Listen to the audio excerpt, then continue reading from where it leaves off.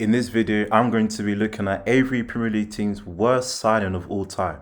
But just before we start, I want to say a huge thanks for the support and feedback from the previous video. It's been a year since I started this channel, and whether you're a long-term viewer or just hopped on, I appreciate you. And I'm committed to producing quality content that's enjoyable for our community.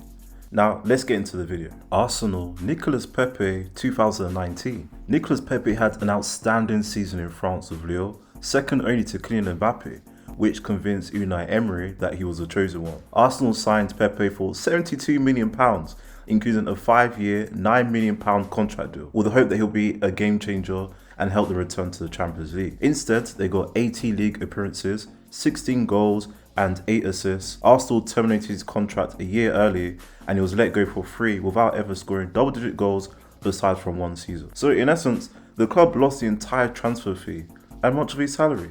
That's daylight robbery. Aston Villa, Ross McCormack, 2016. Remember Ross McCormack? He was Aston Villa's second most expensive player at the time. £12 million transfer fee on a 4-year, £2.3 million per year deal, along with a £1 million promotion bonus. It was a logical signing as he was a prolific scorer in the Championship. At the time, Villa had just been relegated to the Championship and they were acquiring a pool of experienced players to attain immediate promotion. But this turned out so poorly for the club. He broke up with his partner, got into drinking, missed training sessions because the gate at his house wouldn't open. He played just 20 games across 3 seasons to score just 3 goals. Wow.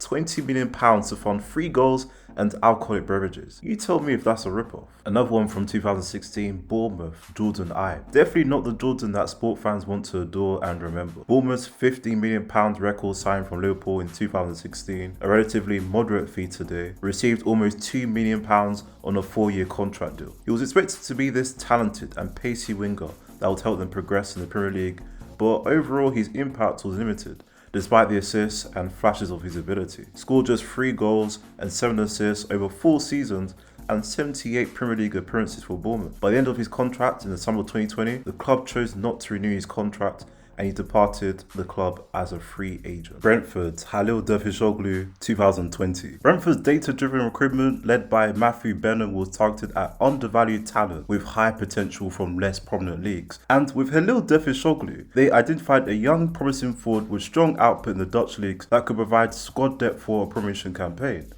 Or they thought. He signed a £1 million, 4-year-and-a-half deal to make just 12 appearances for the club, scoring just 1 goal in the FA Cup against Middlesbrough and spent most of his time on loan. Obviously, the club achieved promotion to the Premier League in 2021 despite his zero input on the team. But this is probably what happens when you rely solely on data without actually looking at whether they can pass the eye test. Brighton, Jurgen Locadia, 2018. Brighton signed Jurgen Locadia for a £50 million fee, which included a 4-year-and-a-half contract, £50,000 per week, which at the time was Brighton's most expensive transfer in history. In return, they got 43 Premier League appearances, which came often as a substitute, and 6 goals. Unfortunately, he never became a regular starter and eventually left on a free transfer. He just couldn't adapt to the pace and physicality of the Premier League and missed key chances in front of goal against lower ranked teams. This signing is most remembered, of course, for its disappointment. Chelsea, Romelu Lukaku, 2021. Lukaku had a very underwhelming second spell with Chelsea, largely due to struggles adapting to the team's tactics, the team's overall form,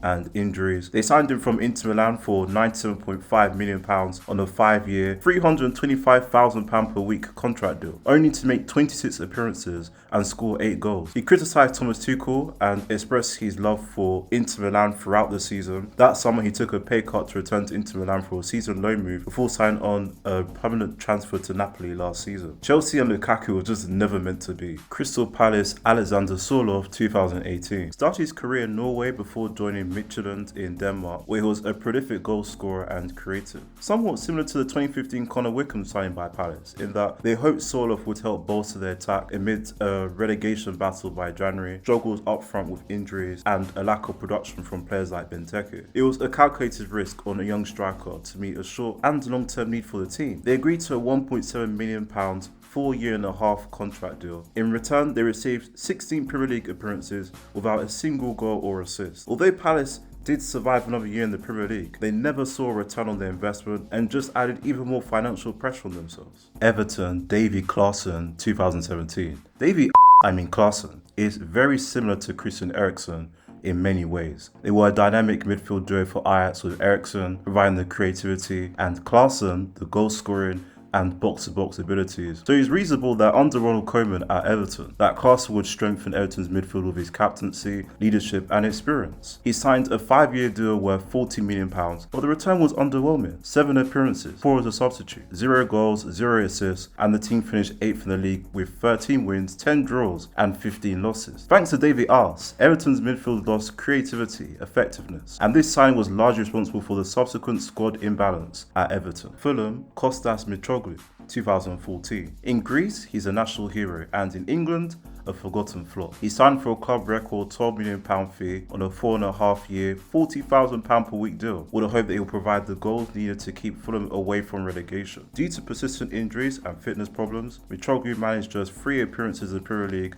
without scoring a single goal, and ultimately, Fulham faced relegation at the end of the season. He returned on a season-long loan to Olympiacos for the following season, where he resumed his scoring form and, in the Champions League, was loaned to Benfica to help them win back-to-back league titles before a permanent move to the team, followed by a move to Marseille. Other than the money, he obviously had some personal differences with Fulham. Ipswich Town, Matteo Sereni, 2001. You probably don't remember goalkeeper Matteo Sereni, and for good reason. Ipswich signed him in 2001 for £4.5 million on a 4-year deal. He played 25 Premier League games, 5 clean sheets, conceding 37 goals, and his team record was 4 wins, 8 draws and 13 losses. Matteo Sereni was a big reason why Ipswich struggled defensively that year and got relegated. Liverpool, Mario Balotelli, 2014. Balotelli had a very short term with Liverpool despite signing a 3-year contract with an option for 4 and receiving £100,000 per week in salary earnings. He makes this list because he failed to meet expectations at the club, scoring just 4 goals across 28 appearances and had poor relationships with both Brendan Rodgers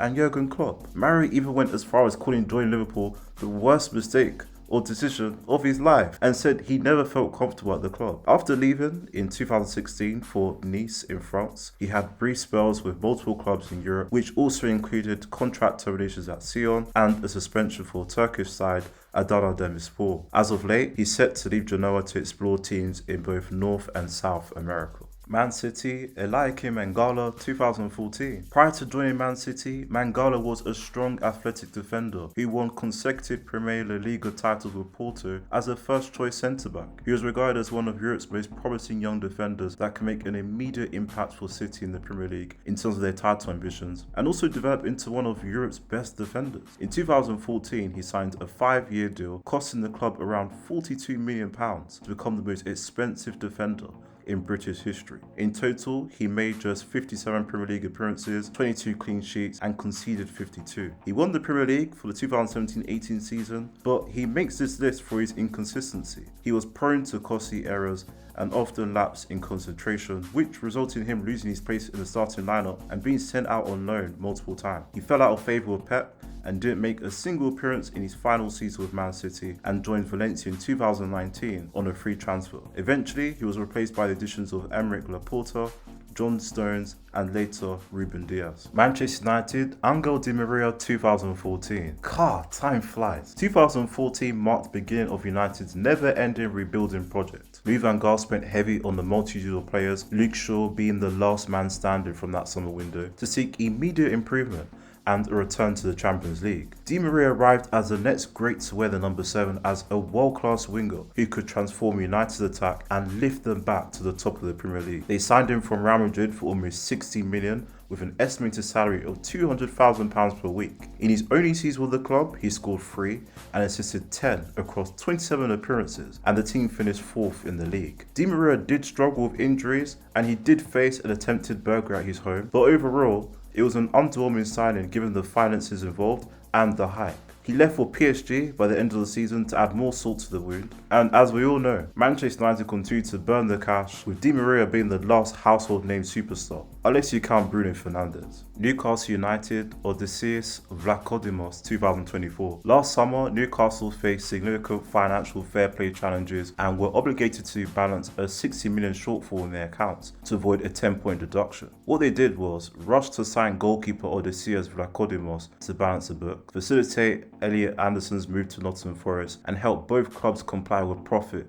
and sustainability rules. With the addition of Vlachodimos, who they never wanted. Newcastle currently have 5 goalkeepers in their first team, and he's never been viewed as a competitor or even a backup to Nick Pope. He's on a 1-year deal, earning £2.6 million, 0 appearances in the Premier League, clearly not part of Newcastle's long-term future, and will probably become a free agent this summer. They essentially paid at least £20 million for a player they never wanted to avoid a 10-point deduction, which has worked with their Champions League aspiration. Might end up being one of their best signings ever, depends on how you look at it. Leicester City, Islam Slimani, 2016. You might remember this one from the Trigger video. It was really between Islam Slimani and Ayew. At least Perez contributed more consistently and was part of the squad longer, whilst Slimani barely played and spent most of his Leicester career out on loan. He signed a 5-year deal worth roughly £3.2 million per year back in 2016 after Leicester's title-winning season. That funded just 8 goals and 6 assists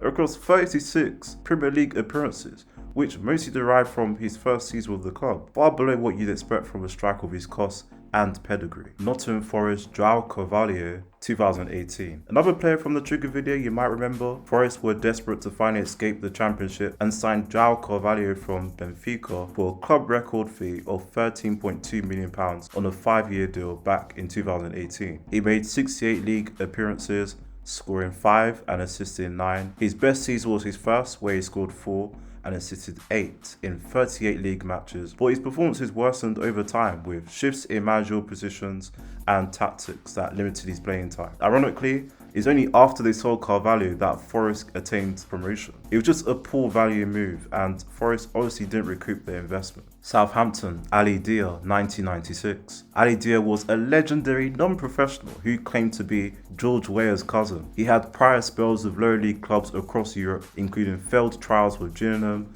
Bournemouth and Rotherham United. Anyway, he falsely claimed that he was cousins with George Weah and that he had played for PSG and the Senegal national team. Southampton took the bait and gave him a 1-month contract worth £2,000. He made 1 appearance in the Premier League as a substitute and obviously looked like a Sunday League player. 0 goals, 0 assists. Ali Dia was released by the club 2 weeks into the contract, and he later continued his career with spells at lower league teams before pursuing a degree and career in business. Ask Graham Souness how he fell for this.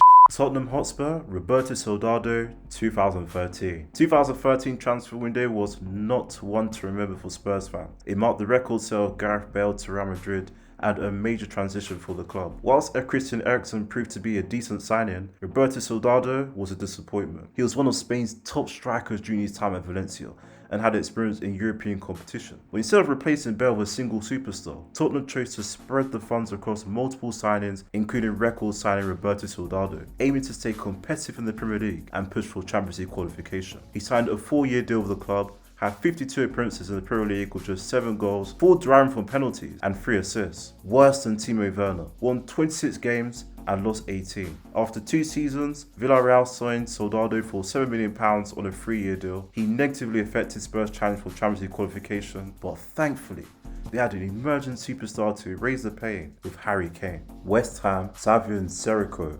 2009. Xavier Nserico was not well loved by West Ham fans, despite some admiration by Italian fans in Brescia and also Kazakhstan. Yes, you heard right.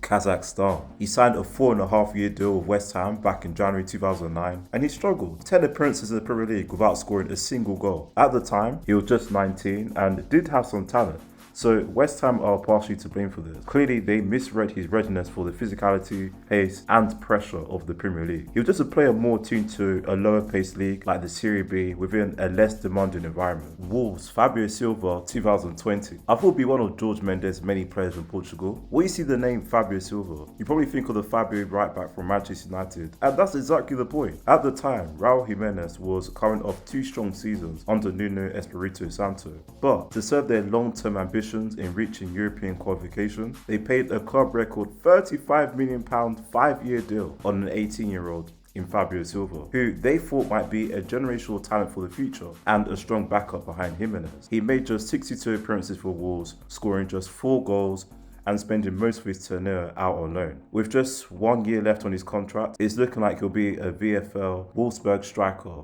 by the end of the summer.